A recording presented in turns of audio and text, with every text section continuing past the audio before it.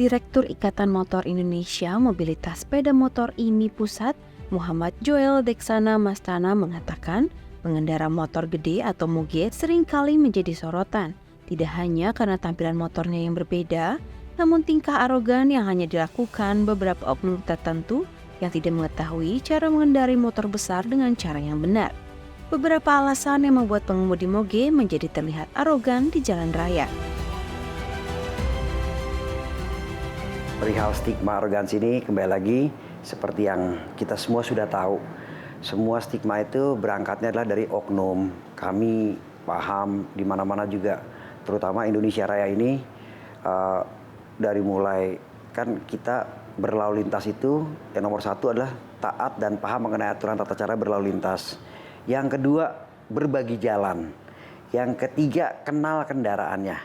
Yang keempat, naik motor nih, berarti harus menggunakan perlengkapan keselamatan berkendara. Tadi kita nomor 4 nih ngobrol, ada jaket memang keren, tapi jaket tersebut tidak diperuntukkan untuk Indonesia. Karena Indonesia tropical, panasnya berlebihan. Dia harus bisa breathable, panas dari dalam keluar, dari luar ke dalam, sehingga menyebabkan dehidrasi, ya, sehingga kalau dehidrasi bisa kehilangan balance. Dianggapnya adalah arogansi, mungkin agak melayang-melayang. Yang kedua, emosi pasti berlebihan. Nah, selanjutnya setelah nomor 4 tersebut udah pakai perlengkapan keselamatan, bagaimana menjalankan kendaraan. Yang keenam, manajemen perjalanan. 6 prinsip mengemudi sepeda motor berkeselamatan ini adanya di mana? Di sekolah mengemudi terakreditasi. Nah, pertanyaannya kembali lagi, boleh nggak seorang memiliki SIM tanpa belajar? Bisa nggak manusia lulus ujian tanpa belajar, tapi punya SIM? Alhamdulillah Polri sudah membuat aturan undang-undang bahwa setiap pemohon SIM wajib menyertakan sertifikat dari sekolah mengemudi terakreditasi, sehingga merubah budaya tersebut. Bicara stigma, seseorang yang lain salah karena sesuatu hal, ya, karena sesuatu opini menjadi berubah. Contoh paling gampang tadi, bicara masyarakat naik motor biasa melanggar itu pasti tidak terjamah, apalagi berjamaah. Pelanggaran berjamaah, lampu merah menerobos, ya. Tapi begitu Anda naik motor besar, karena motornya besar mudah terlihat, sehingga mudah terdeteksi dan mudah expose. Jadi, dan motor besar ini orang yang naik motor besar biasanya orang yang wawasannya lebih luas. Umurnya sudah pasti lebih dari 40 tahun karena secara ekonomi. Nah, sekarang banyak juga anak muda lulus SMA belum punya SIM, bapaknya kaya, dia beli motor. Jadi pesan nih buat para orang tua nih, ya sesuaikan dengan alamnya. Sekolah itu ada TK, SD, SMP, SMA. Demikian juga naik motor. Anak saya, karena saya bekas pembalap, saya ikut kejuaraan dunia 3 kali. Dia mau ikut balap, belum tentu saya izinkan kalau dia nggak proses. Bisa jago naik motor, nggak saya izinkan. Nah, tapi saya ajarkan, kenapa? Karena pasti dia akan nyolong-nyolong, cuman kita harus kasih batasannya. Tetap SIM-nya pada saat umur 17 dengan proses. Dengan adanya penilaian stigma negatif terhadap komunitas moge bagi sebagian orang, Ikatan Motor Indonesia tengah berupaya menghilangkan stigma negatif masyarakat terhadap komunitas motor gede di Indonesia dengan membuat standarisasi dalam mengendarai motor di jalan raya. Kalau yang namanya jalan rame-rame, konvoi itu namanya kirap, rolling thunder.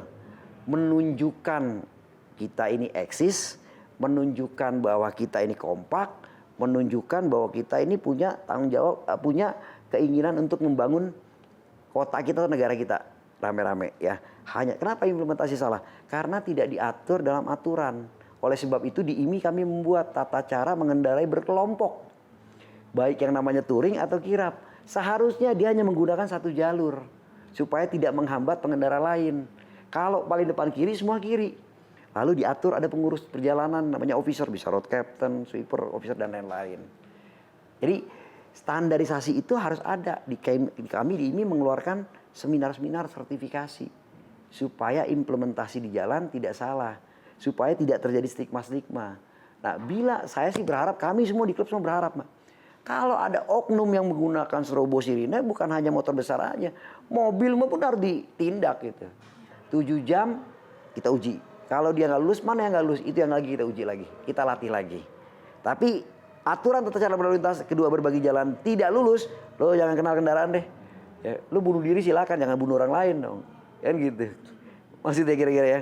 Yang ketiga baru kenalin sepeda motor. Oke, udah kenal ya. Kita belajar naik motor ya. Kenalin lagi perlengkapan keselamatan berkendara. Ini tropical nih. Harus menggunakan yang tepat. Pakai perlengkapan tepat. Ayo mulai jalan naik motor. Dari mulai motor nggak nyala mesinnya, bagaimana menghandle-nya. Maju, mundur. Ya, motor besar. Tentunya kan perlu penyesuaian. Makanya harus motor biasa dulu. Belum punya C, nggak boleh punya C1. Baru, ini udah bisa naik motor nih. Ayo, kita udah bisa ya. Lu nggak membahayakan orang lain ya. Kita uji, kita mulai latihan di jalan raya. Harus punya inisial kode khusus. Hati-hati ini pelatihan nih. Ya. Bagaimana dia berinteraksi di lalu lintas. Bisa mengidentifikasi. Scanning, oh ini berbahaya. Bisa mengevaluasi, saya harus ngapain. Lagi naik motor, lihat nih nggak ada traffic, nggak ada zebra cross. Tapi ada orang kelihatannya menyeberang. Apakah saya cuek terus jalan? Enggak, saya kurang kecepatan. Terus interaksi bagaimana? Tiap saya mau mengubah arah, saya nengok. Dengan saya menengok, kendaraan di belakang melihat. Ini orang nengok ke kanan nih. Ya, kira-kira itu. Manajemen perjalanan namanya. Menurutnya masih banyak masyarakat yang belum mengetahui sisi positif dari komunitas Ikatan Motor Indonesia. Selain hanya melakukan touring, komunitasnya memiliki 4 pilar dalam mobilitas, yakni menjunjung tinggi safety riding di jalan raya, meningkatkan pariwisata Indonesia, aktif dalam kegiatan bakti sosial, dan menjaga lingkungan hidup. Nah, tentunya kalau merupakan suatu hobi dengan harapan itu tidak mengganggu pengguna jalan yang lain, ya. Moge itu kan yang beda hanya cc-nya saja, ya. Kalau masalah untuk aturan saya kira sama semua.